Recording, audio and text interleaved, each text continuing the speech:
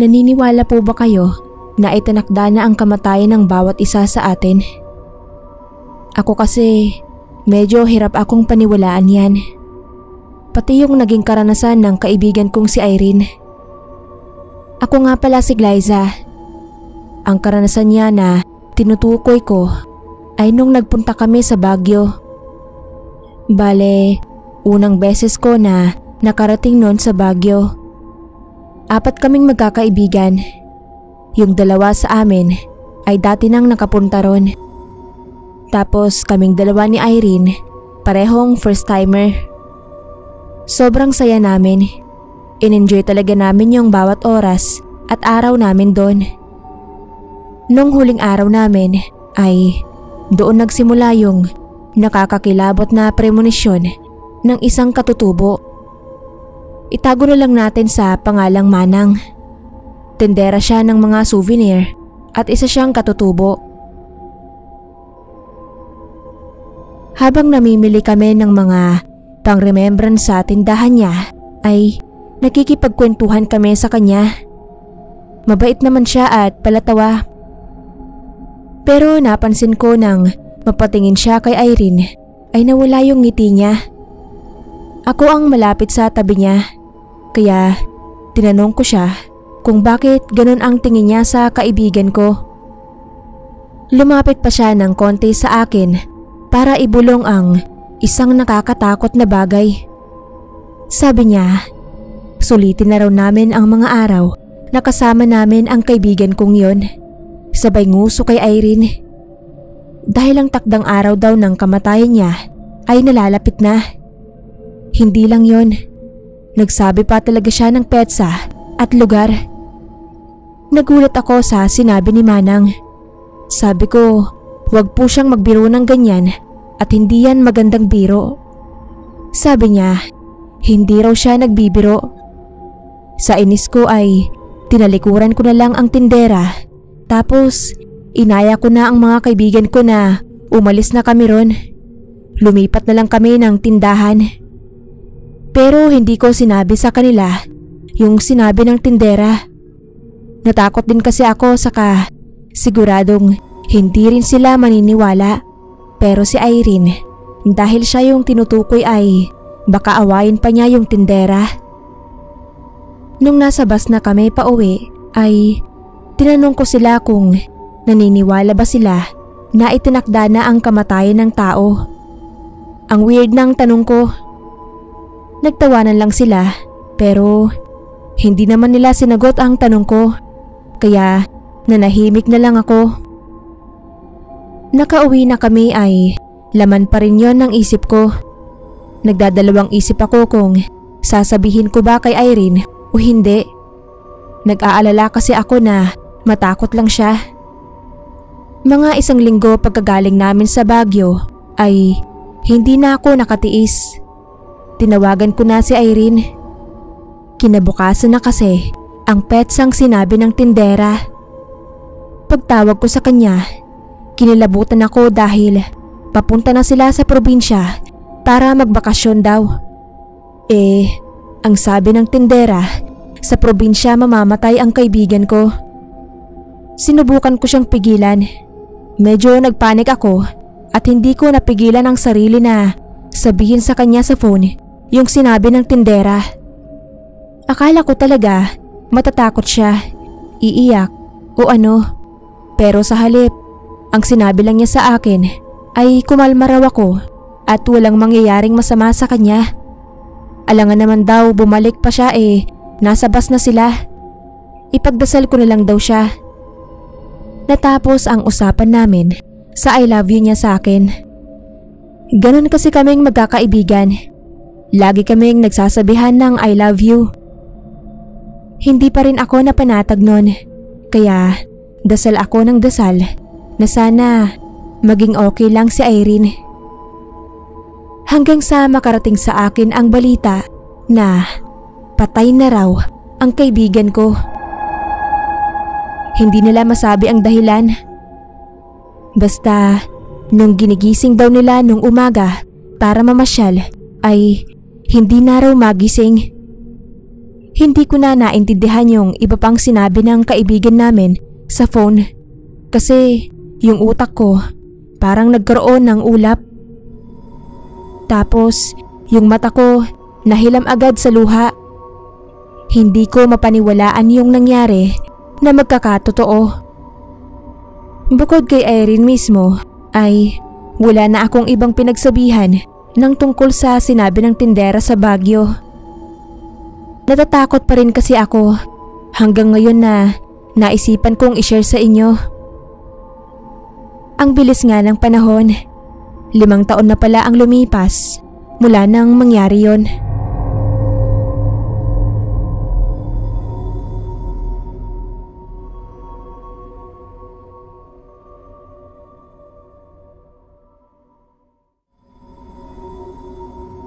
Ako po si Dayan. May nangyari po noong 2015 sa pinsan namin na hindi ko makalimutan. Matagal na pero kapag naaalala ko at kinukwento sa iba ay parang kahapon lang nangyari. Nagkaroon po kami ng family outing noon. Palibhasa ay may tita kaming bagong dating galing abroad. Natapat pang kabababa lang din ang barko ng kuya ko. Kaya ang saya talaga namin. Nagkaayaan na mag-swimming sa beach na hindi rin naman kalayuan sa lugar namin sa probinsya. Mga 20 minutes lang na biyahe. Kumpleto kaming magpipinsan. Ang dami namin. 15 kami palang magpipinsan yon. Hindi pa kasali sa bilang ang mga magulang namin. Tapos sina lolo at lola. 3 sasakyan kami. Pagdating sa beach, naglundagan na agad ang mga pinsan ko sa dagat.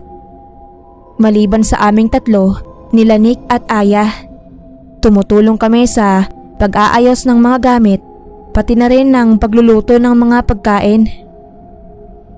Maya-maya ay nawala sa paningin namin si Nick. Mas bata siya ng 2 taon sa akin. 17 ako nun, 15 naman siya. Si Aya naman 14. Magkapatid sila. Tinanong ko si Aya kung nasaan na ang kuya Nick niya. Magpapatulong kasi akong mag-ihaw ng mga hotdog. Hindi raw niya alam kung nasaan. Tapos nakita ko na lang na kasama na pala ng ibang mga pinsan namin na naliligo na, nasa dagat na rin. Nung kainan na, isa-isa nang nag-ahunan ang mga pinsan ko. Nakita kong naiwan pa sa dagat si Nick, kaya sinabihan ko yung isang pinsan ko na tawagin na rin. Sabi niya umahon na raw si Nick, baka nasa banyo lang. Hindi ka ako, ayun pa sa dagat.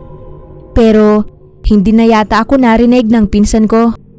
Gutom na kasi dumiretso na sa mesa namin sa cottage.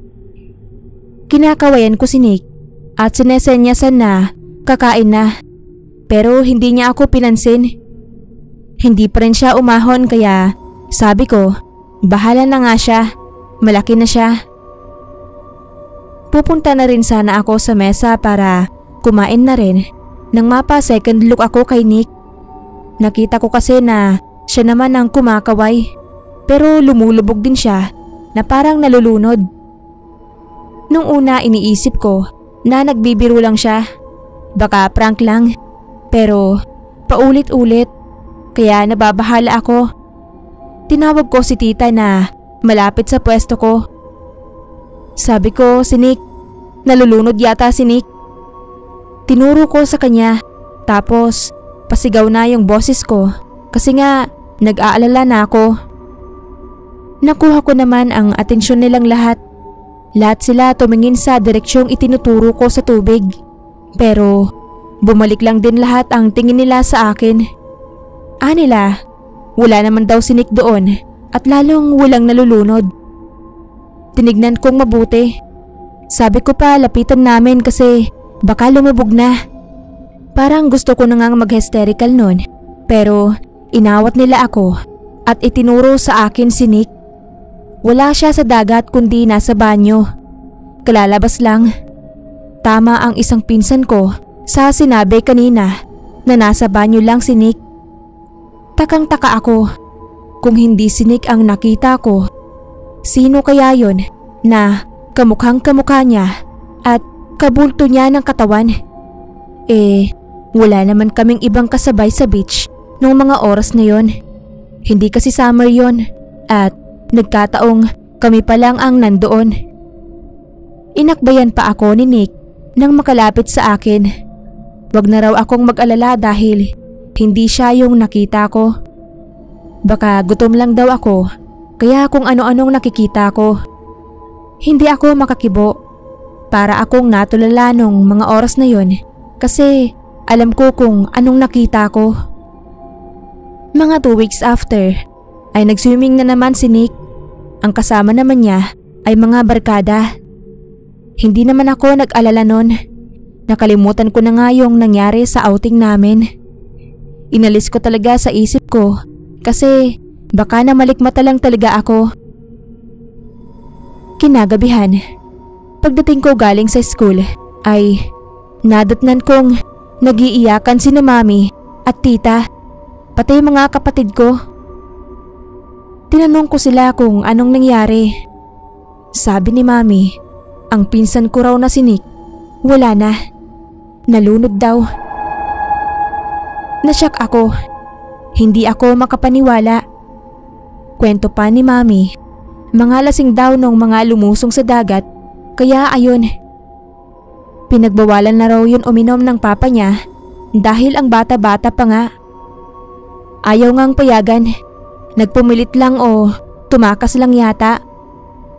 Kinilabutan ako nang maalala ko yung pagkakita ko sa kanyang nalulunod sa outing naming pamilya.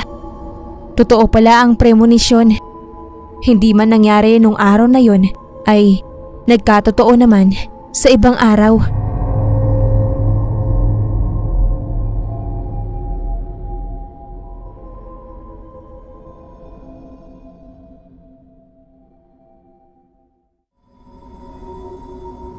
Magandang araw po sa lahat ng solid listeners ng Shadow Weavers. Ako po si Julie. May kakaiba po kaming naranasan ng mga kaibigan ko dati nung minsang magpunta kami ng Quiapo. Matagal na pong nangyari, 90s pa. Palasak pa ang mga manghuhula. Nasa 20s pa lang kami nun magkakaibigan. Magkakaidaran lang kami. Birthday ng isa sa mga kaibigan ko, si Ana, at gusto niya na magsimba sa Quiapo, kaya naman sinamahan namin siya ni Margot. Nagsimba muna kami, tapos magsimba ay kumain naman sa isang fast food doon. Maaga pa nang matapos kaming kumain, kaya naisipan naming maglakad-lakad. Magtingin-tingin ng mga mabibili hanggang sa mapadako kami sa hanay ng mga manghuhula. Nagkatinginan kaming tatlo. Nag-isip kung magpapahula ba kami o ano. Pero hindi naman kami seryoso na gusto naming malaman ang kapalaran namin. Para sa amin trip-trip lang, katuwaan. Dahil nandoon na rin lang kami at maraming nag-aalok sa amin na magpahula, sinubukan na namin. Ang pinili namin ay isang matandang babae. Sa kanya lang kami medyo tiwala dahil mukha naman siyang mabait. Kaming dalawa ni Margot ay excited na nagpahula. Hati ang hula sa amin. May magandang mangyayari at meron ding hindi. Tapos pareho kaming tubig daw ang signos. Si Ana naman ayaw niyang magpahula. Kontento na raw siya na marinig ang kapalaran naming dalawa ni Margot. Pinilit namin siya na subukan lang, pero ayaw niya talaga. Tapos nagbitaw siya ng salita na hindi naman daw kasi totoo ang hula. Gawa-gawa lang para mapagkapirahan. Tapos kapag hindi nagkatotoo, sasabihin ng mga hula, kaya nga raw hula lang Ibig sabihin, walang kasiguraduhan. Sabay tawa niya ng impit. Mahina lang naman ang pagkakasabi niya sa akin. halos pabulong. Pero narinig yata ng manghuhula kasi tumingin sa kanya ng matalim. Parang ngang umirap pa ang matanda. Sabay bulong din na, "Sige lang, tumawa ka lang. Pagtawanan mo kami. Malapit ka na naman eh." Nagulat ako sa sinabi niya. Kahit hindi ako ang tinutukoy niya, ay nagalit talaga ako. Kasi anong ibig niyang sabihin? Bakit siya nagsalita na malapit na ang kaibigan ko? Nagalit talaga ako. Inawat na lang ako ni Ana at Margot. Sabi ni Ana, hayaan na lang. Baka nananakot lang daw yon. Tapos umalis na kami. Nilingon ko pa yung matanda. Parang wala lang sa kanya. Patuloy lang siya sa pagbabasa ng baraha niya. Hindi man lang kami sinundan ng tingin o sinulyapan man lang nung nagagalit na ako. Nung nakasakay na kami sa bus, napansin kong walang imik si Ana. Tinanong ko siya kung bakit. Yun pala, iniisip niya yung sinabi ng matanda. Paano raw kung magkatotoo? Binalik ko sa kanya yung sinabi niya kanina na baka nananakot lang yun. Siya lang kasi ang hindi nagpahula. Tapos nagsalita pa siya laban sa mga manghuhula. Nainis lang siguro sa kanya. Hindi ko alam na ganun pala kaapektado si Ana. Akala ko nga wala lang sa kanya. Buong biyahe namin pa uwi ay nawalan siya ng kibo. Nasira tuloy ang mood niya. Birthday pa naman niya. 3 araw lang ang nakaraan. Ikinabigla ko talaga yung nabalitaan ko. Isinugod daw sa ospital si Ana, sabi ng pinsan ko. Yung pinsan ko kasing si JV ay kapitbahay nila. Sinumpong daw ng sakit niyang epilepsy si Ana. Matagal na raw mula nang huling sumpungin si Ana. At alam naman ng mama at papa niya ang gagawin kapag ganun. Pero sa pagkakataon ngang yun ay hindi mabuti ang lagay ni Ana. Kaya dinala na raw sa ospital. Pero ilang oras lang daw pagdating sa ospital ay binawian din ng buhay. Nanginginig ang mga laman ko sa balitang yon. Magkahalong takot at galit na rin para sa manghuhulang nagsabi na malapit na si Ana. Hindi ko alam kung may krus ba ang dila niya, kung isinumpa ba niya ang kaibigan ko o sadyang nahulaan lang niya ang magiging kapalaran ni Ana. Binalikan ko tuloy sa isip yung mga hula niya sa akin. Inisa-isa ko kung magkakatotoo rin ba. Kung anong naramdaman ko ay ganun din ang naramdaman ni Margot nung magkaharap na kami sa burol ng kaibigan namin. Sabay kaming nagpunta sa simbahan para ipagdasal ang kaluluwa ni Ana at pati na rin ang mga sarili namin. Kahit hindi naman ganun kasama ang hula sa aming dalawa. Basta mula noon ay ayaw na naming magpahula. Hindi rin naman lahat ng hula sa amin ng matanda ay nagkatotoo.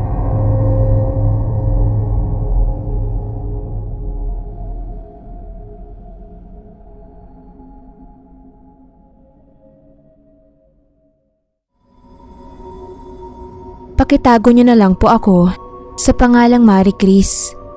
27 years old na po ako ngayon. 4 years na ang single at hindi ko alam kung magkaka-boyfriend pa ba ulit ako o kung makakapag-asawa pa ako. Hanggang ngayon kasi ay iniisip ko pa rin ang dati kong nobyo na si Christian. Mahal ko pa rin siya at hindi pa rin ako makamove on sa mga nangyari sa amin dati. Ang naging relasyon po namin dati ay away-bate, on and off. Madalas mag-cool off pero sa huli ay palagi pa rin naming binabalikan ang isa't isa. Isa sa mga madalas naming pag-awayan dati ay kapag nakikipag-inuman siya sa mga barkada niya nang hindi niya sinasabi sa akin. Gusto ko kasi alam ko lagi kung nasaan siya at sino ang mga kasama niya. Pero sinasabihan niya akong mahigpit. girlfriend pa lang daw niya ako pero sinasakal ko na siya. May kakaiba po akong nararanasan na nagsimula pa nung bata pa lang ako. Na kapag napanaginipan ko ang isang tao na namatay sa panaginip ko ay nangyayari nga. Hindi man kaagad pero pagkalipas lang ng ilang araw ay nangyayari. Ilang beses nang pinasara ng mama ko ang third eye ko pero ganun pa rin. Hindi yata dahil sa third eye yon. Wala yatang kinalaman yon sa kakaiba kong panaginip na para sa akin ay isang premonition. Ang pinakamasamang panaginip ko ay nang mapaginipan ko si Christian. Nagmamotor siya habang duguan ang buong katawan niya. Dahil sa panaginip kong yun, kaya kinabukasan nang mag-chat siya sa akin na pupunta siya sa birthday ng tropa niya, ay hindi ko siya pinayagan. Nagalit siya kasi ano na naman daw ba ang dahilan ko bakit ayaw ko siyang payagan. Napilitan akong sabihin yung tungkol sa panaginip ko. Kaso hindi siya naniwala. Sabi niya gumagawa na naman ako ng kwento para lang mapigilan ko siya na makisaya sa birthday. Wala naman daw babae ron. All boys lang sila. Kahit anong paliwanag ko sa kanya ay hindi niya ako maintindihan. Kaya nauwi lang sa away ang diskusyon naming yon sa chatbox. Ang huling sinabi ko na lang sa kanya ay ingat na lang siya. Tutal, hindi ko naman siya mapipigilan. Kaso yung huling chat ko na yon ay hindi na niya sinin. Nag-log out na siya. Nung gabing yun, hindi tuloy ako makatulog. Iniisip ko siya. Nag-chat ulit ako. Sabi ko sorry, magkita kami bukas. Pero wala pa ring scene kahit naka-online na siya. Sinubukan ko rin siyang tawagan pero hindi rin niya sinasagot. Siguro ay bad trip pa rin siya sa akin.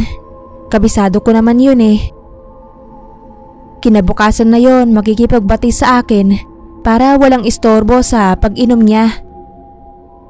Kinabukasan, nalungkot ako nang wala akong makitang chat mula sa kanya. Wala pa nga ring scene ang message ko.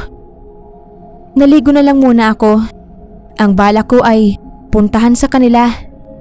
Dadalhan ko ng paborito niyang food kasi sigurado may hangover yun. Pero hindi pa ako nakakaalis ng bahay ay nagring na ang phone ko. Na-excite ako nang makita kong number niya ang tumatawag. Sinagot ko agad. Ganun na lang ang panlulumo ko nang marinig kong boses ng mama niya ang nagsalita. Ibinalita sa akin na naaksidente raw si Christian. Umuwi pa kasi ng lasing na. Nagmaneho pa rin ng motor. Kaya ayon, nabangga sa isa pang motor din. Pareho sila ng nakabanggaan niya na dead on arrival sa ospital. Hindi ako makaimik. Napaiyak na lang ako habang kausap ko ang mama niya. Para akong batang nalupasay sa sahig namin. Sinasabi ko na nga ba at may mangyayari sa kanyang masama. Hindi ako makatulog nung gabi. Hindi pa kasi pumalya ang premonition ko sa panaginip. Kaya inaway-away ko siya. Wag lang siyang matuloy. Kaso hindi siya nakinig sa akin. Mula nun, lagi na ako sa simbahan. Dinadasal ko na mawala sa akin ang ganong kakayahan. Dahil hindi ko na kako kayang dalhin. Napakabigat sa dibdib. Awa naman ng Diyos. Ang huling premonition ko ay yung kamatayan ng boyfriend ko. 4 na taon na ang nakalipas. At sana nga ay hindi na iyon masundan.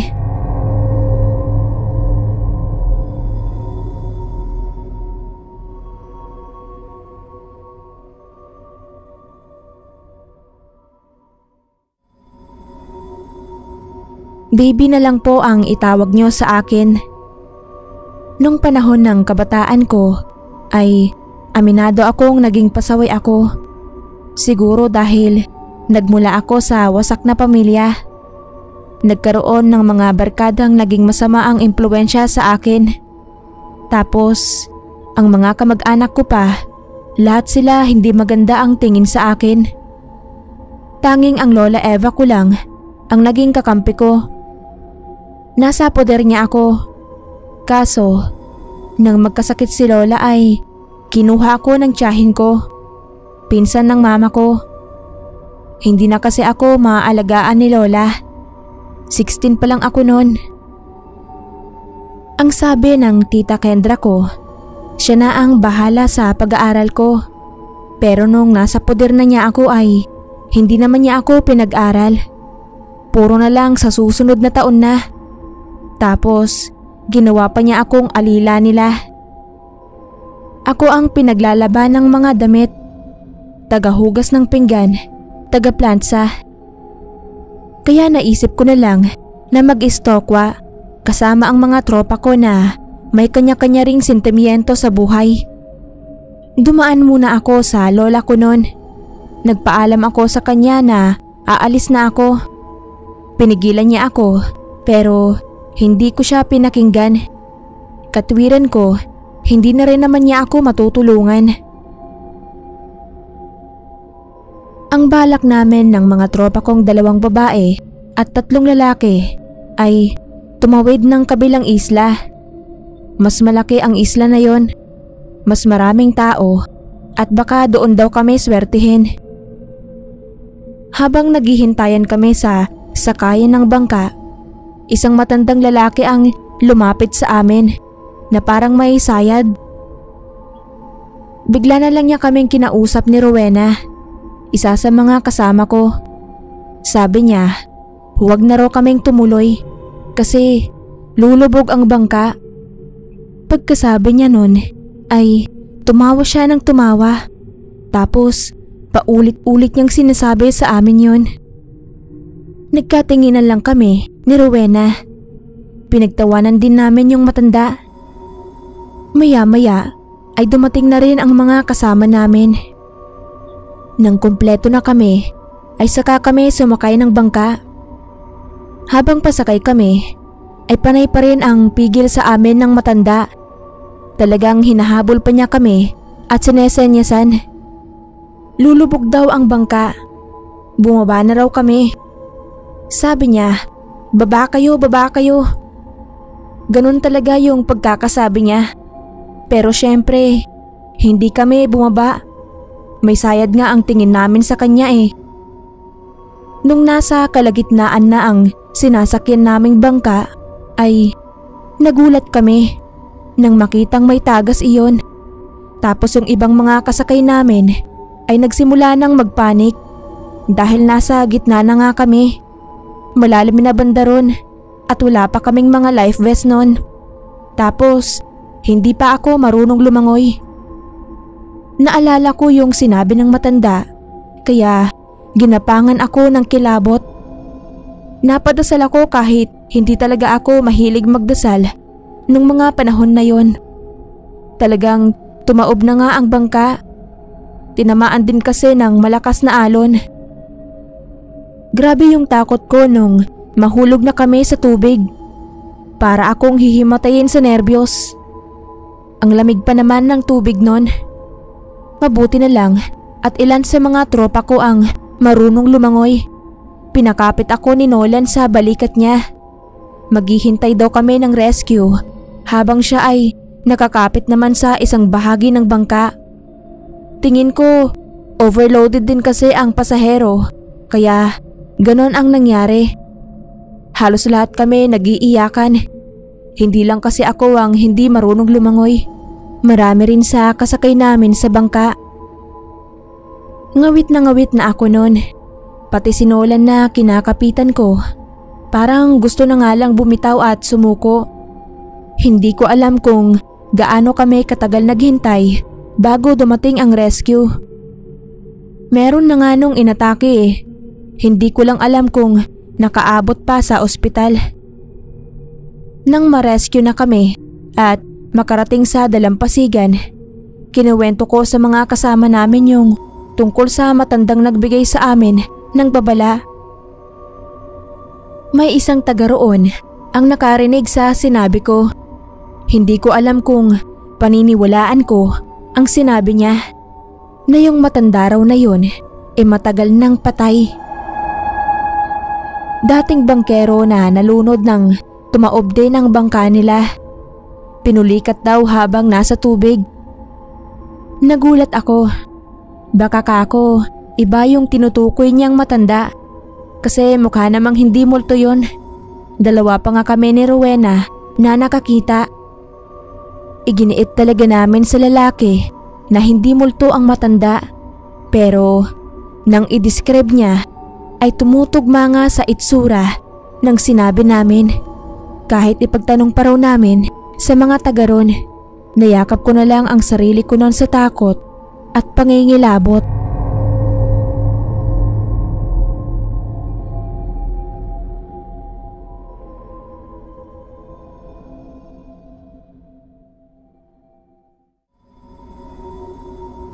Ako po si Danny ng Makati. Ito po yung first time kong mag-send ng story dito sa channel nyo. Naniniwala po ba kayo na ang mga alaga nating hayop, partikular po ang aso, ay nakakaramdam kung may masamang mangyayari sa atin? Ganyan po yung kwento na ibabahagi ko sa inyo.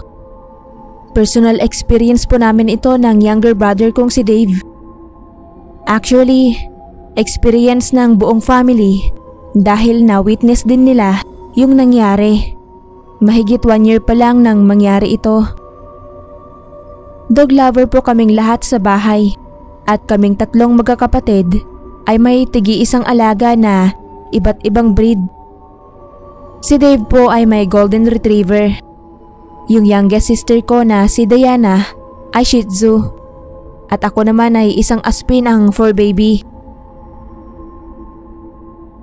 Stanley po ang pangalan niya. Dati ay may husky ako, pero unfortunately po ay namatay siya 3 years ago. Natrauma ako doon at nag-stop muna mag-alaga. Pero one time, na-encounter ko si Stanley sa daan. Muntik ko na siyang masagasaan ng motor sa labas ng subdivision namin. Nirescue ko siya at inuwi sa bahay.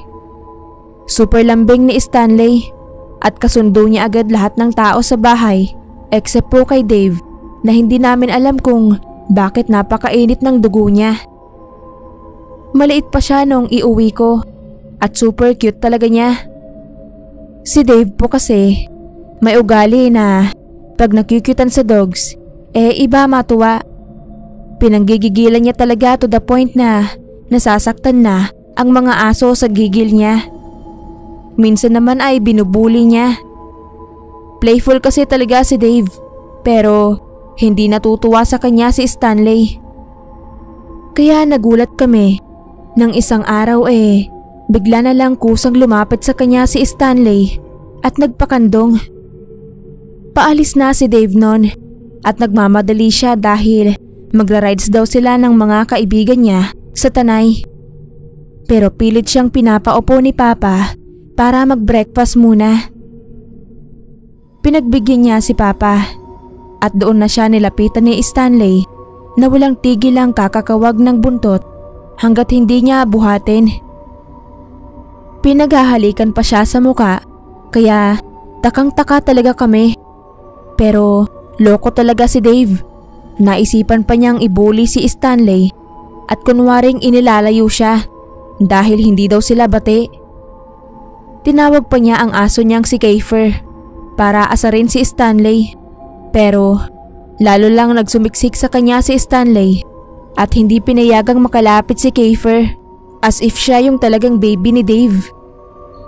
Kaya sa tuwa ko ay kinunan ko sila ng picture at biniro ko pa ang kapatid ko na i-treasure niya yung moment dahil baka after nun hindi na uli siya bati ni Stanley. Sagot niya ay hindi daw dahil bati na sila ni Stanley, sabay aper dito. Nakipag-aper din naman si Stanley na parang sumasang-ayon sa kanya. At nang tumayo na siya para sumakay sa motor ay humabol pa sa kanya at parang batang yumakap sa binti niya. At first time din naming narinig na parang taong nagrarant siya. Yun bang ginagawa ng mga husky na parang nagsasalita?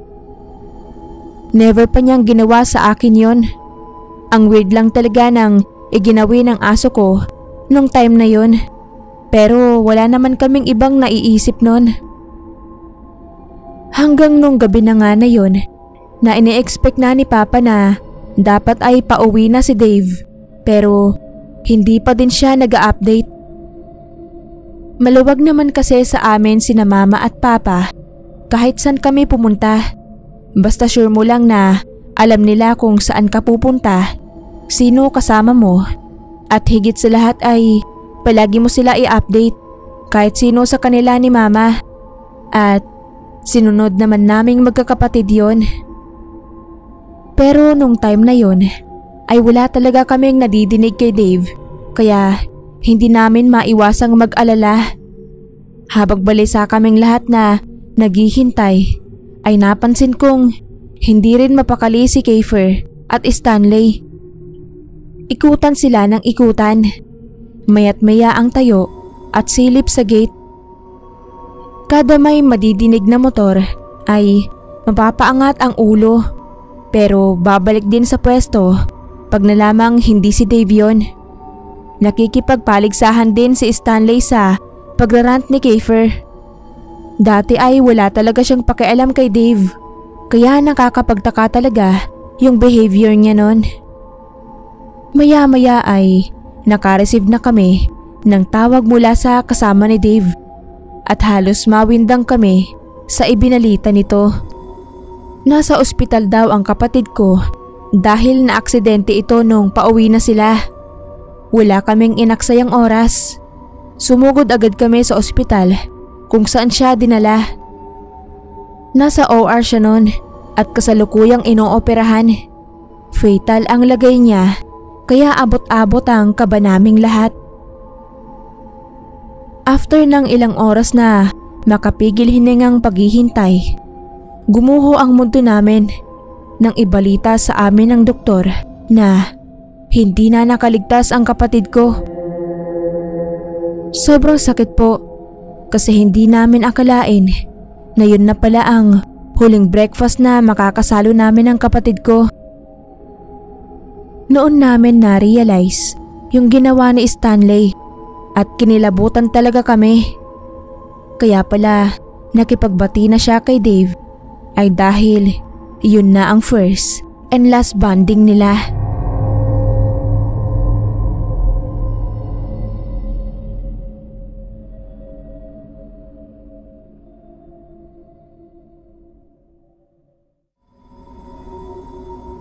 Isang mapagpalang araw po sa inyo. Isa po ako sa avid listener ng inyong channel. Miray po ang pangalan ko at taga Mandaluyong. Itong kwentong isishare ko sa inyo ay base sa totoong karanasan ng dati kong katrabaho na itatago ko na lang sa pangalang Melody. Tungkol po ito sa mga premonitions at kakatuwang pangyayari na na-experience nila noong namatay ang 9 na taong gulang na anak nila dahil sa sakit na dengue. Naikwento niya po ito sa akin noong sinamahan niya sa bahay namin ang mister niya dahil ipinagawa ko ang TV namin. Habang gumagawa ang mister niya ay nagkwentuhan kami ng kung ano-ano lang hanggang sa mapadako ang usapan sa anak niyang namatay. Nangyari iyon nung hindi na kami magkasama sa trabaho. Nagulat ako kasi nakita ko na yung anak niya na yon noong nagpupunta pa kami magkakatrabaho sa kanila. Nakyutan nga ako sa anak niya dahil bibo at masayahing bata iyon. Halos hindi pa daw hupa ang pandemic noon, kaya nung unang beses na magkasakit ang anak niya ay nahirapan silang gumalaw dahil sa mga paghihigpit. Nakasurvive naman daw ang anak niya sa unang pagkakasakit na yon, sa kabila ng takot nila na baka bigla na lang sabihin ng doktor na COVID ang sakit ng anak niya. So na-discharge daw sila at naging ok naman ang anak niya. Malusog, masigla, na parang walang iniinda. Pero pagkaraan lang ng ilang linggo ay bigla na lang ulit ito nagkasakit. Balik ospital uli sila. Pero nung time na yon ay naging parang isang torture na daw sa kanila yung pagkakasakit ng anak niya dahil ups and down ang naging kondisyon nito. Lulubha, tapos ay magiging tapos magdedelikado uli. Kaya yung emosyon nila ay taas baba din. Hanggang sa yung huling beses nga na naging kritikal ang lagay ng anak niya, tinapat na daw sila noon ng doktor na tumatag na dahil anytime daw ay pupwede nang bumigay ang anak niya. Sa awa daw nila sa anak nila ay ipinaubayan na nila ito sa Panginoon. Wag na lang daw pahirapan pa. Kumbaga tinanggap na nila kung ano man ang kasapitan ng anak nila. Pero sa kung anong himala ay bigla na lang uling bumuti ang lagay nito na parang nagdahilan lang. At kung kailan pa discharge na sila nung araw na yon ay saka bigla na lang daw nawala ng malay ang anak niya at hindi na nagising. Maging ang mga doktor daw ay hindi maipaliwanag kung anong nangyari. Masamang masama daw ang loob nila dahil kukunin din pala sa kanila ang anak nila ay pahihirapan pa. Pinaasa lang din daw sila na makakasama pa nila ang bunsong anak. Wala na nga silang nagawa kundi tanggapin ang lahat. Pero habang nakaburol ang anak nila ay may mga bagay silang natuklasan na nagbigay ng matinding kilabot sa kanila at hindi nila alam kung ikakagaan o mas ikabibigat ba ng loob nila. Unang araw ng burol nang pumunta at makiramay ang teacher at mga kaklase ng anak niya.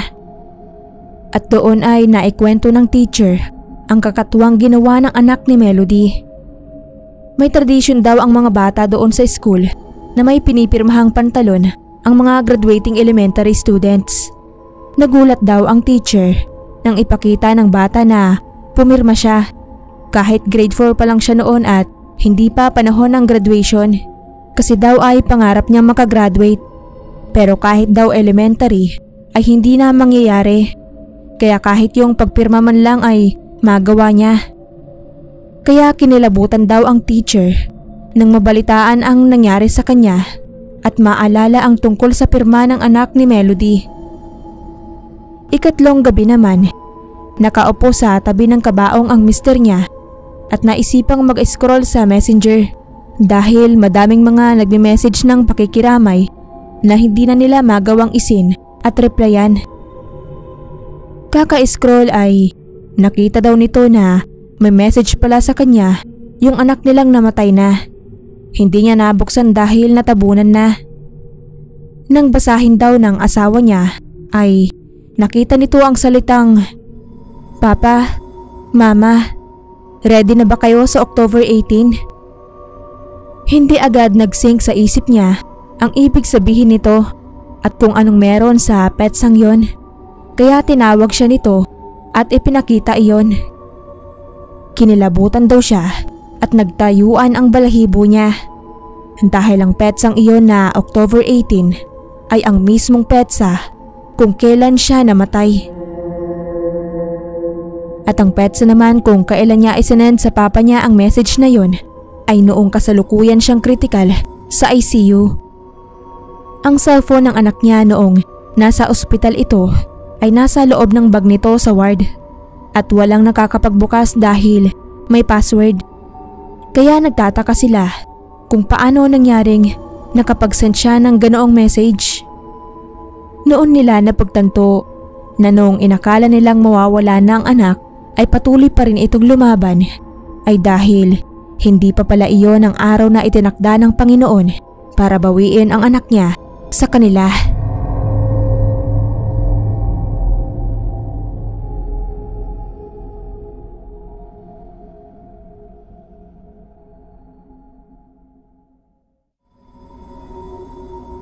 Ako po si Shai.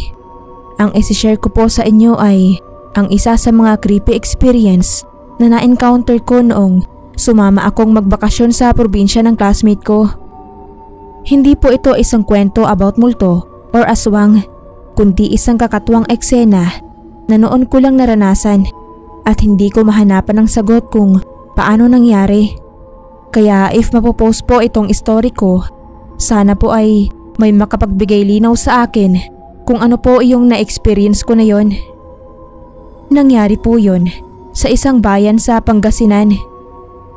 Fiesta sa lugar ng kaklase at karoom ko sa dormitory na tawagin na lang nating Aiko.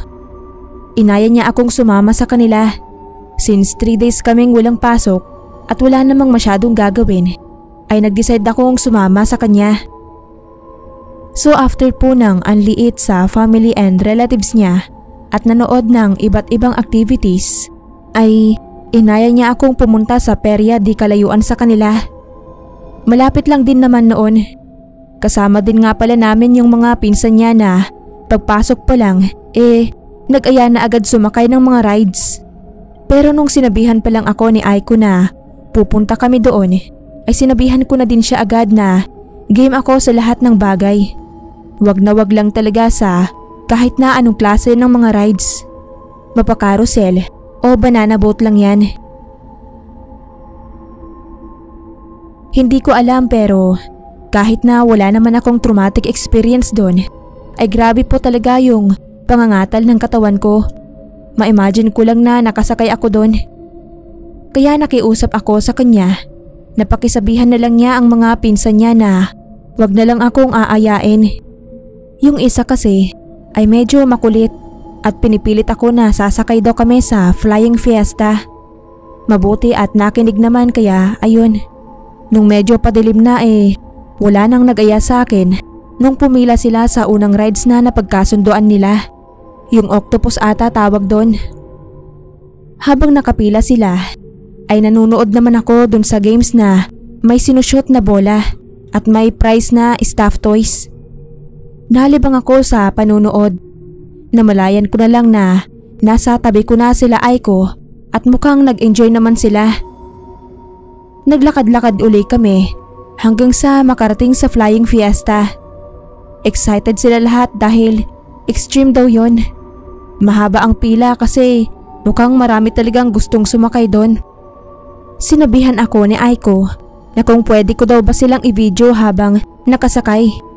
Siyempre pumayag ako kahit feeling ko may hilo ako sa pagtingin pa lang doon.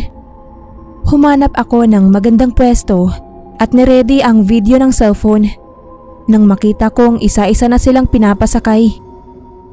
Hindi naman ako kasama sa sasakay pero nakakaramdam din ako ng matinding kaba na parang tinatambol yung dibdib ko. Nagpapawis din ang mga kamay ko na bahagyang nanginginig.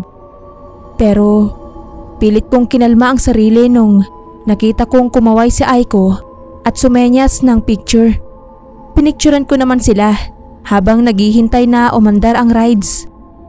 Nang magsimula na itong umandar ay natigilan ako nung pagtapat sa akin ni Aiko ay mapatingin ako sa bahaging kinasasabitan ng upuan niya. Tingin ko ay parang mapipigtas yon. Tumingin ako sa mga katabi ko kung may nakapansin ba ng nakikita ko. Pero lahat sila ay abala din sa pagkuha ng video. Sa tuwing matatapat sa akin si Aiko ay sumasenya siya ng video. Pero wala na doon ang focus ko dahil nagsisimula na akong panlamigan at pangalugan ng tuhod. Habang pabilis ng pabilis ang ikot ng duyan, ay palakas naman ang naririnig kong langit-ngit na tunog ng mga kadena at bakal na parang mapipigtas talaga yung kinauupuan ni Aiko. Nagpapanik na ako at hinanap ng mata ko kung nasaan yung operator na nagpapatakbo ng rides para sana sabihan siyang pahintuin na ito nang bigla na lang magsigawan ang mga tao. Mabilis ang pangyayari. Pagharap ko ay kitang-kita kong may tumilapon na tao mula sa mabilis na ikot ng duyan. Tumama pa iyon sa balikat ko bago bumagsak sa lupa at ganun na lang ang pagkasindak ko nang makita kong si Aiko ang taong yon. Sa sobrang pagkabigla ay para akong naparalisa. Nanigas ang buong katawan ko at hindi ako makahinga. Napapikit ako noon, pero pagdilat ko ay laking gulat ko nang makita kong nakatayo si Aiko. Tinatanong ko siya kung anong nangyari sa akin. Umalis daw sila sa pila dahil nakita nila ang nangyayari sa akin.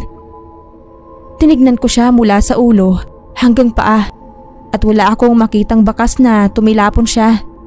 Pagtingin ko sa paligid ay normal din ang lahat at ni walang palatandaan na may nangyaring aksidente.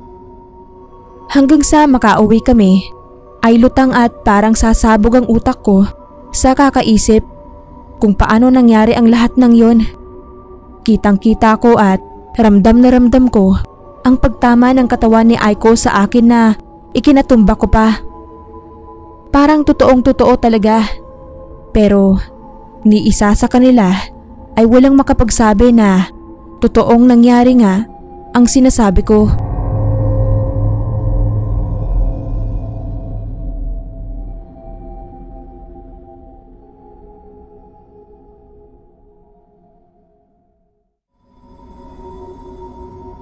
Itago niyo na lang po ako sa pangalang Oma. Sa kasalukuyan ay nandito ako sa Middle East bilang isang caregiver.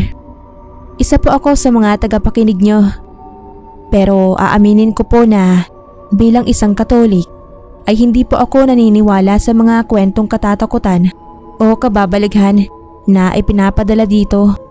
Naaaliw lang po talaga akong makinig. Nung minsan lang po kasi ay may napakinggan akong isang sender nyo na nagbahagi ng karanasan niya tungkol sa hula. Naalala ko yung kwento tungkol sa isang makakasama ko sana bago ako pumunta dito sa Middle East. Masyado siyang bilib sa mga hula-hula na yan. Natatandaan ko pang sabi niya at hindi ko alam kung paano niya nasabi yon na para daw magkaroon kami ng gabay sa mga desisyong gagawin namin. Tinutukoy niya siguro yung pag-a-abroad namin. Natawa nga ako sa kanya noon. Sabi ko pa na bakit yung hula ang gagawin niyang gabay. Nandoon na yung poong Nazareno. Doon ka ako siya humingi ng gabay at hindi sa hula na embento o tsamba lang. Ang pinaniniwalaan ko po kasi na ang lahat ng nangyayari sa buhay natin ay bunga ng malaya nating pagdedesisyon at kagustuhan ng Diyos. Itago na lang natin sa pangalang Ebet itong taong sinasabi ko. Nagkakilala kami sa boarding house na inuupahan namin habang nag-a-apply. Tuwing Biyernes ay nakagawian na naming magsimba sa Quiapo, pero kung kami ng iba pa naming kasama, ang poong Nazareno talaga ang sadya. Siya ay literal na sa mga manghuhula talaga ang diretso. Swerte nang pumasok iyon sa loob ng simbahan. Naniniwala siya dito kasi madami daw sa sinasabi ng manghuhula ang totoo o nagkakatotoo. Mahirap nang ituwid ang paniniwala niya, kaya hinayaan na lang namin siya. Nung araw na yon, unang Biyernes ng buwan, gaya ng dati ay doon na lang niya kami hinihintay sa pwesto ng pinagpapahulaan niya. Pero nung time na yon ay wala siya doon. Nung tinanong namin yung manghuhula, ang sabi niya ay umalis ka agad si Ebet matapos niyang hulaan, pero parang nakita daw niyang bumaba sa underpass. Pumunta naman kami doon at nakita nga namin siya na nakaupo sa hagdan at nakatulala. Tinawag namin siya pero parang wala siyang nadidinig. Nang lapitan at kalabitin ko ay napapitlag siya sa gulat. Tapos ay bigla na lang bumunghalit ng iyak. Nagulat kami at nahiya dahil pinagtitinginan kami ng mga tao doon, kaya pilit namin siyang pinakalma at inakay na pauwi. Nang nasa bahay na kami ay pilit namin siyang tinatanong kung anong sinabi ng manghuhula at nagkakaganon siya. Ang sabi daw nun ay malapit na siyang mamatay at mangyayari iyon sa ibang lugar. So ang nasa isip niya siguro noon ay sa ibang bansa kung saan kami pupunta. Kaya iyak siya ng iyak dahil hindi na daw matutuloy ang pag-a-abroad niya dahil ayaw pa niyang mamatay. Pero paano daw ang pamilya niyang umaasa sa kanya? Baon pa sila sa utang dahil sa mga ginastos niya sa pag-a-apply. Alam niyo po, hindi ako makapaniwala na may mga tao palang kagaya niya na mas pinaniniwalaan pa talaga ang hula kesa sa Diyos. Ginawa namin ang lahat para maliwanagan siya at kumbinsihin na hindi totoo yon, na niloloko lang siya ng manghuhula. Na Diyos lang kako ang nakakaalam ng magiging kapalaran natin. Pero sarado na ang isip niya. Ang totoo, hindi lang sarado. Parang wala na nga siya sa pag-iisip niya dahil hindi na namin siya makausap. Hindi nagsasalita, hindi kumakain at hindi rin natutulog. Lagi siyang nakaupo at nag-iisip ng malalim, tapos bigla na lang bubunghalit ng iyak. Nag-alala kami dahil nalalapit na ang araw ng pag-alis namin, pero sa kalagayan niya ay hindi ko maisip kung paano siya makakaalis. Kinontak na namin ang mga kamag-anak niya at ipinaalam ang nangyayari sa kanya at nangako naman na pupuntahan siya. Pero bago pa makarating yung asawa niya sa boarding house, ay nagising na lang kami isang umaga na wala doon si Ebet. Hinanap namin siya sa buong barangay pero hindi namin siya nakita. Naisipan kong pumunta ng Quiapo dahil baka bumalik doon, pero kahit yung nanghula sa kanya na balak ko sanang sitahin ay wala na din doon. Isang matandang nanguhula din ang napagtanungan ko at kinilabutan ako sa sinabi niya. Hindi na daw babalik doon yung manghuhula dahil nakarekrut na. Totoo daw ang hula nito kay Ebet, pero hindi daw dapat iyon sinasabi sa hinulaan, bagkus ay dapat ipagdasal para hindi magkatotoo. Pero ang ginawa ng manghuhulang yun ay sadyang sinabi kay Ebet para magulo ang utak nito, mawala sa disposisyon, balutin ng takot, lungkot at negatibo. Nang sa ganun ay madaling pasukin ng masamang espiritu ang puso at isip nito at magtagumpay siyang kunin ang kaluluwa nito. Hindi ko na nagawang tapusin ang sinasabi ng matanda. Nagpasalamat ako at nagmamadali ng tumalikod. Hanggang sa makabalik ako sa boarding house ay nananayo pa din ang balahibo ko na nasundan pa ng matinding pagkagimbal nang makarating sa amin ang balitang patay na si Ebet. Tumalon daw ito at kusang nagpasagasa sa tren. Nagpakamatay si Ebet. Nagtagumpay ang manghuhula.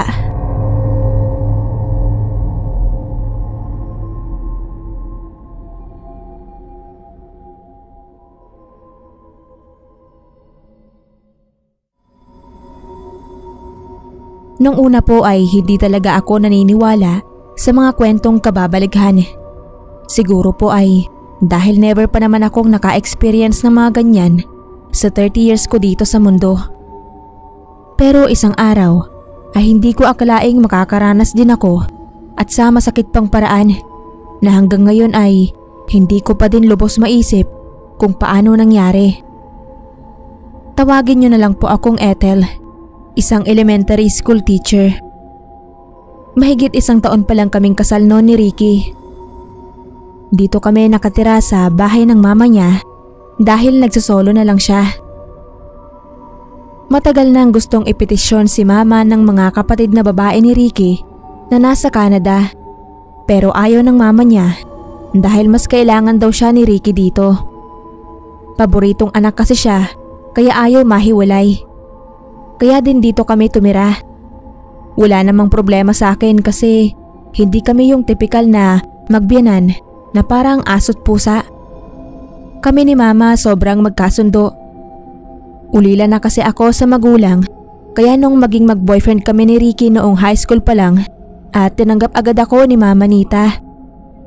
Doon pa lang minahal ko na siya. Pinapatigil na nga din niya ako sa trabaho dahil gusto daw niyang magkaapo. Sabi ko naman sa kanya, maghintay-hintay lang siya at darating din kami doon. November 2018. Tandang-tanda ko pa pati petsa at araw. Kadarating ko lang noon galing school. Maaga akong umuwi kasi masama ang pakiramdam ko. Ilang araw ko nang nararamdaman yon na inakala kong yung acid reflux ko lang. Pagpasok ko, hinanap agad si mama. Yung nirequest niyang cassava cake. Nagilty ako kasi nawala talaga sa loob ko. Kaya nilambing ko siya at tinanong kung ano na lang ang iba pa niyang gustong kainin at ibibili ko kako siya. Sabi niya pizza na lang daw. Walking distance lang ang Greenwich sa amin kaya sabi ko sa kanya ay hintay niya lang ako. Pabalik na ako noon bitbit ang isang box ng pizza at malapit na ako sa tapat ng gate nang matanaw ko ang isang rumaragasang itim na kotse. Mabilis ang takbo noon at tutumbukin ang isang papatawid na matandang babae. Nanlaki ang mata ko. Nabitawan ko ang hawak kong pizza at kinawayan ko yung driver ng kotse para pahintuin. Pero huli na ang lahat. Nabundol niya ang matanda. Napasigaw ako sa pagkabigla. Tumakbo ako sa kinalugmukan ng matanda para daluhan siya. Pero nang makalapit ako ay laking gulat ko nang wala akong makitang katawan doon. Napatingin ako sa paligid at kita ko ang nagtatakang mukha ng ilang motoristang napahinto sa pagsigaw at pagtakbo ko. Isa ang nagtanong kung anong nangyari pero hindi ko agad nagawang sumagot nang mapatingin ako sa isang kotseng itim na parating pa lang. Kinilabutan at nanlaki ang ulo ko. Iyon yung kotseng nakita kong bumundol sa matandang babae. Pero nasaan yung matanda? Inulit nung nagtanong kung anong nangyari at kung oklang ba ako. Pero sa halip ay tanong din ang isinagot ko. Kung nakita ba nila ang matandang nabundol? Nagkatinginan yung mga tao doon at iisa ang sagot na wala naman daw nabundol doon. Nagulat na nga lang daw sila nang bigla akong sumigaw at tumakbo sa gitna ng kalsada. Mabuti nga daw at hindi ako nasagasaan. Sa puntong yun ay bigla akong nanlamig. Noon hangos na lumabas ng gate si mama. Inalalayan niya ako hanggang makapasok sa bahay dahil nanginginig ang katawan ko. Noong tinanong niya kung ano bang nangyari ay napayakap ako sa kanya at nag-iiyak. Takot na takot ako dahil hindi ko alam kung paano nangyari yon. Kitang-kita ko ang humahagibis na sasakyan at pagbundol nito sa isang matanda. Pero bakit biglang wala namang ganoong pangyayari? Sa sobrang stress ko sa nangyari ay kinailangan pa akong madala sa ospital at doon ay nalaman namin na buntis pala ako. Ganun na lang ang tuwa naming mag-asawa, lalo na si mama na mula nang malamang magkakaapo na siya ay aligaga sa pag-iintindi at pag-aalaga sa akin. Napilitan na nga akong huminto muna sa pagtuturo dahil masela ng pagbubuntis ko. Pero kahit gaano kami kasaya sa blessings na yon ay hindi ko pa din maiwasang maalala yung nangyari. Hindi ko alam kung bakit sobrang apektado ako doon na pag naiisip ko ay bigla na lang kumakabog yung dibdib ko. Nasagot po ang tanong ko na yun ilang buwan matapos kong makapanganak. Kasalukuyan kong pinapaliguan si baby nun at si mama naman ay nakita kong nasa gate. Lumingon pa siya sa akin at kumaway. Itatanong ko sana kung saan siya pupunta pero nawala na siya sa paningin ko. Maya-maya ay nagulantang ako sa malakas na tunog ng preno ng sasakyan at sigawan ng mga tao. Kinilabutan ako.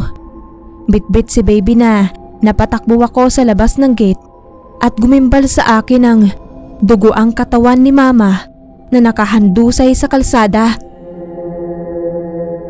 Napatingin ako sa sasakyang nakabundol sa kanya, isang kotseng itim.